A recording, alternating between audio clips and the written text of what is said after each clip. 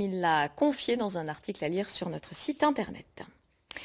C'est une histoire d'orgue et d'hommes. À Plancher-Bas, l'orgue tombait en ruine.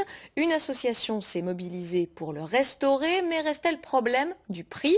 C'est là qu'intervient un homme providentiel qui a su mobiliser tout un village derrière lui. Stéphanie Bourgeot, David Martin, Rémi Bollard. Ce que vous entendez, ce n'est pas de la musique. C'est un chœur de grandes âmes et de petites mains. Comme celle de Céline qui est passée du jour au lendemain des cours de soutien scolaire à la restauration d'anches de trombone. Michel a le don de savoir tirer meilleure partie de nous et de nos capacités. Donc il trouve que je suis patiente et que donc voilà, je peux faire ces petites choses à sa place. Ça lui fait gagner du temps. Michel, c'est lui, le facteur d'orgue des pauvres. De l'or dans les mains au sens figuré seulement. Cet ancien de la maison Aubertin restaure gratuitement des trésors anonymes à une condition seulement, que tout le monde y mette du sien pour donner du sens.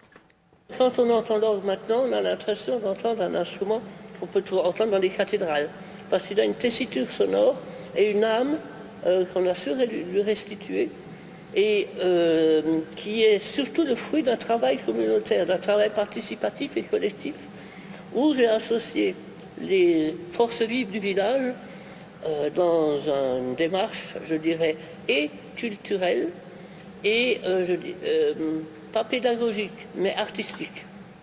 4 mois durant, 20 bénévoles ont sorti le grand jeu, des entreprises ont fourni matériel et logistique. Enfin, 250 donateurs ont parrainé les quelques 1200 tuyaux qui portent désormais leur nom.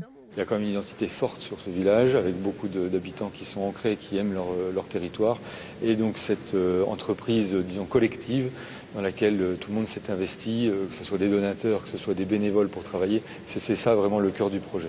On était parti sur un budget prévisionnel supérieur à 100 000 euros, peut-être 150 000 euros, voire plus si on se permettait des agrandissements de l'instrument, ce qui pour l'instant était totalement hors de question du coup. Même avec quelques actions de collecte via l'association.